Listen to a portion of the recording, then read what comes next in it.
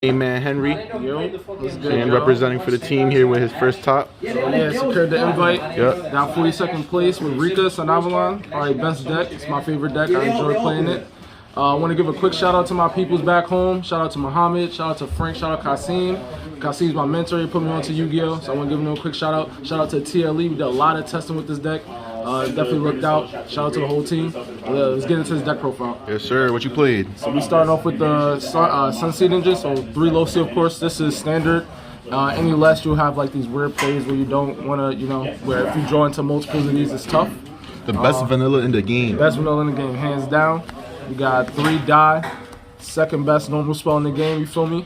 This card is like full combo. Like low C is like combo, but this is full combo. Gives you basically everything you need to play. So you run 6 low C technically. I run technically 7 with Lone Fire. Lone Fire gets you low C. There's another reason why I run Lone Fire. I'll show you later. And then 1 brick, 1 sewing. After thoughts, I think sewing should be generally ran at 2 if you want to make your deck more grindier, but 1 is definitely just fine. This is not really standard. A lot of people don't really like play with deck the way I do, so keep that in mind. I run 3 petal. This is another starter. Usually when I see this in my hand, I usually go for this, and this card with a lot of non-engine is gas. I won most of my matches, normal summoning this, going first, searching, and getting kind on the field easy. With the non-engine, it goes hard. 2 Mudan, this is standard as well. It's your spell and trap, social, and special summons itself by attributing a plant monster, so it's gas. Then you got your Princess, is probably the best card in the Rikka archetype. It's a monster negate if you control a Rikka in the hand or grave, and it's standard, just special summons itself for free. Then you got your one-ofs of Primula and Snowdrop. These are also extenders, but they're also level changers, so these allow you to get you into your XYZ plays. Snowdrop targets a plant, makes them all level, all plant monsters on the field that level. Primula raises any 2 plant monsters level by 2. And then let's get into the spells and traps. Sorry. All right, bro, Yo, shout out man, Henry, man. Top and shit. All right, let's go into the spells. We're going to go 3 Con. This is also not standard. Most people run 2. The main reason why I won 3 is because it's just a board breaker. Going second, it puts people on ice, and it's a good bait card. Glamour, running at 2. Looking at this card, looking back at it, I'm definitely going to run this at 3. This card is gas when you draw it. This and die, I had 2 die, 1 Glamour. I used to get into Dryas. He negated it, and I used Glamour to tribute it off. And I used the second die to get my combos going again. With Glamour, I searched, I just searched Princess and Primula. And then with 1 sheet, this card is gas. It's a snatch steal. Turns the monster into a plant until the end phase and takes control of it, and neither player can activate its effects. This card, it just gets you ahead by so much advantage and sometimes stops turns. Alright, there's 2 more plant monsters I want to talk about. They're not in the Rikka Sunavalon engine, but I consider them engine. One of them is Cactus Bouncer, and the other is Notoria Rose Whip. Rose Whip is your opponent can only activate 1 spell or trap per turn. Especially in a game 1 instance where where you don't know where your opponent is playing, this could put them on ice, puts them on, if you have a lot of spells or traps in hand, makes them want to think about what they want to do, and can honestly, make people scoop. Bouncer is, I don't see him as just a floodgate, I see him as a win condition. So as long as another plant monster is on the field, neither player can special summon monsters. But what's good about this card is that it's a level 4, which is searchable through Glamour, because your Rikka monsters are also level 4, so you can definitely search them. A lot of games where I was going second and I was able to get to this card, it just made people scoop up on the follow-up, having this as like in your hand to search. It's just beautiful. I don't see why a lot of people don't really at least side this card. It makes Glamour so much better, and just make sure put your opponents on ice to have something. All right, now for the non-engine, I'm gonna start with the hand traps. Go 2 Imperm, 2 Droll, 2 Ash, 2 Veiler, 1 Nib. Nib is Nib. I don't think it's really great in this deck, but I just use it as a target for Crossout. Crossout was a beautiful card, probably the MVP in the main deck. Anytime I had it, I won. Anytime somebody tried to droll me, imperm, nib, I just had it. Nobody nibbed me during the reach, but anytime somebody imperm or drolled me, it was definitely just beautiful to have. Would you say the 2 ofs is because of crossout? Yeah, more so, just to have as targets, just in case you draw into one of them, because they can still be utility. The only one I don't really want to draw is nib, mainly because it turns off pedal, which is kind of tough. Then for the rest of the non-engine is 2 thrusts, talent. I know it's weird because like talents is like maybe the only one you can grab into, but thrust gets us all a lot of other normal spells that we play: unexpected die, glamour, sewing. So it gets a little wacky when you can get to thrust, and like thrust just get you your cards, get you into your engine, allow you to play. Or if you already have your engine to play, just grab talents to draw 2, or talents to take, and do whatever you want.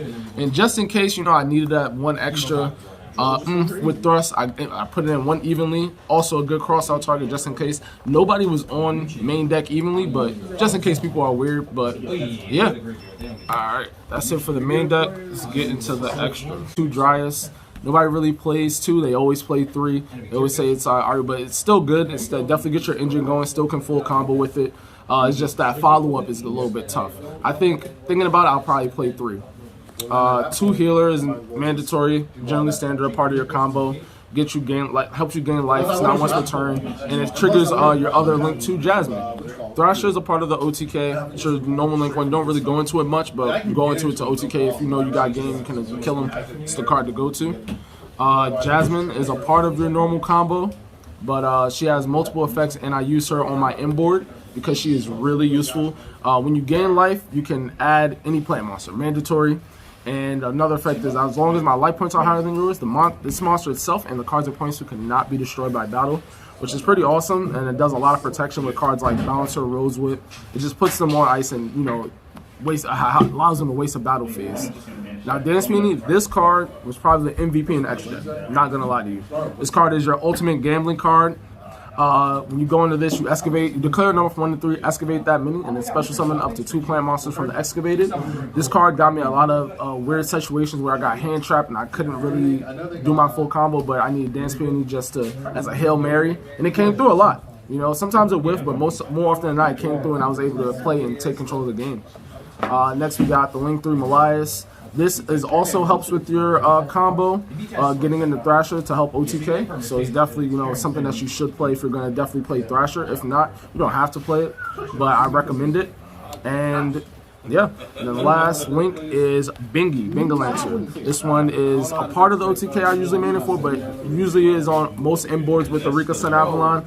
Target a monster on the field, take damage equal to its attack, bounce it back to the hand. It's pretty good. Now for the XYZs. Go 2 Strinna.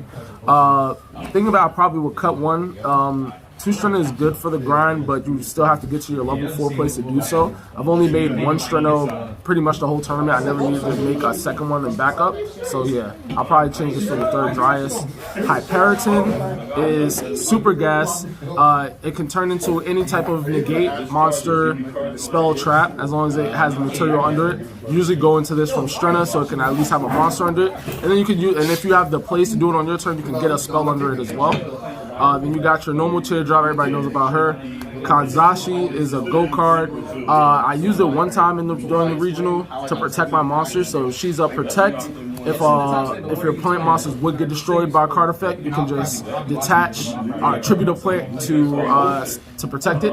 And if a monster is tributed, special summon from either graveyard monster and turn it into a plant and negate its effects. Now the last XYZ, I unfortunately didn't get to go into at all during the regional, which is crazy, but it's definitely still useful. Is Divine Arsenal A Zeus. You can do a lot with this. It's a very crafty card. Our non-engine with like talents and stuff like that, you can take like XYZs and just beat into it before you commit into anything, because the deck does plant lock you, but you can just be able to go in and go crazy with that before you go super hard into like the plant plays. Now we are gonna go into the side deck. Now the side deck was a bit iffy. I definitely want to say I would like to make some changes to it. Some cards I might keep, but a lot of cards I didn't see during the regional, which made it a little bit tougher. The first card I'm going to talk about is Bamboo Shoot. Funny thing about Bamboo Shoot was that I was expecting there to be a lot of Runic running around.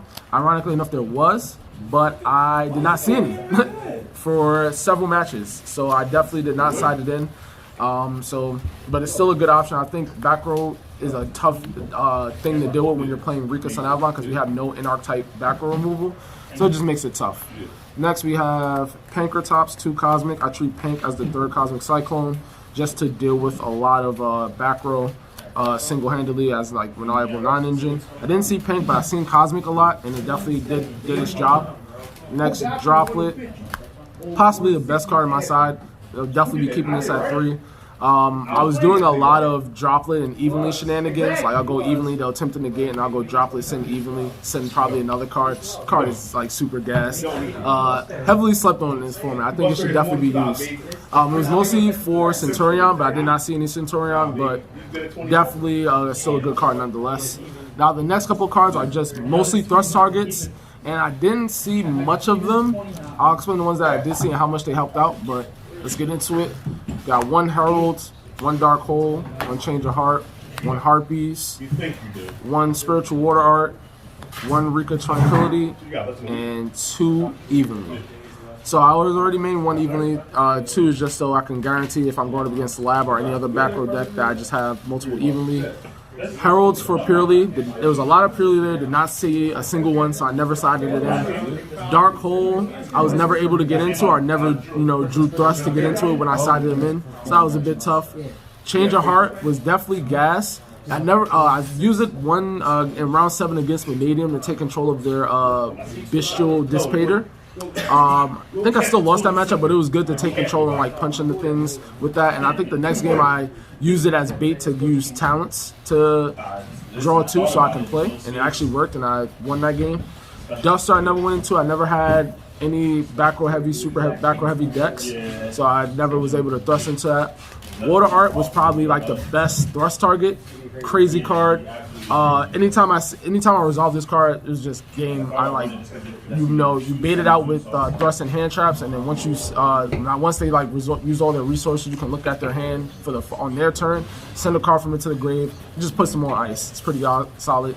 Now Rikka Tranquility was hot take, especially because like Rikka is like, although it's grindy, it can make you lose a lot of valuable monsters in the first combo. So Tranquility was for getting those monsters back by tributing an opponent's monster if I had Con up, or tributing my monster just to get more valuable monsters, get effects going, get it back in the game. Fortunately, I was never able to get into it. I always found myself needing to get into Sheet, or I never had thrust and to get into it. But yeah, I think it's a good option to play with Rikka, because maybe in the side, because it's definitely good for the grind. And if you get even lead, or get your board blown up, makes it easier to get those monsters back. So yeah, that is the side deck, and that is all. Thank you for watching. Shout out to TLE, whole lot of gang shit.